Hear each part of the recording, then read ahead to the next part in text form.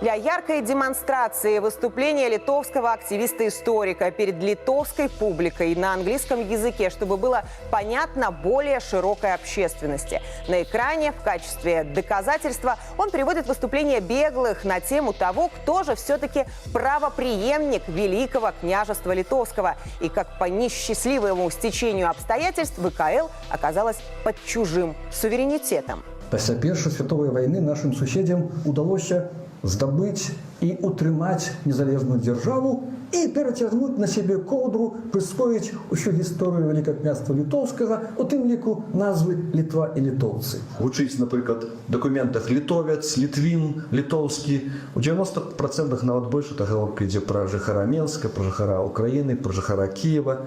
Я для адзначэння сучаснай краіны і сучаснага народа карыстаюся іхнім алтонімам, саманазвай.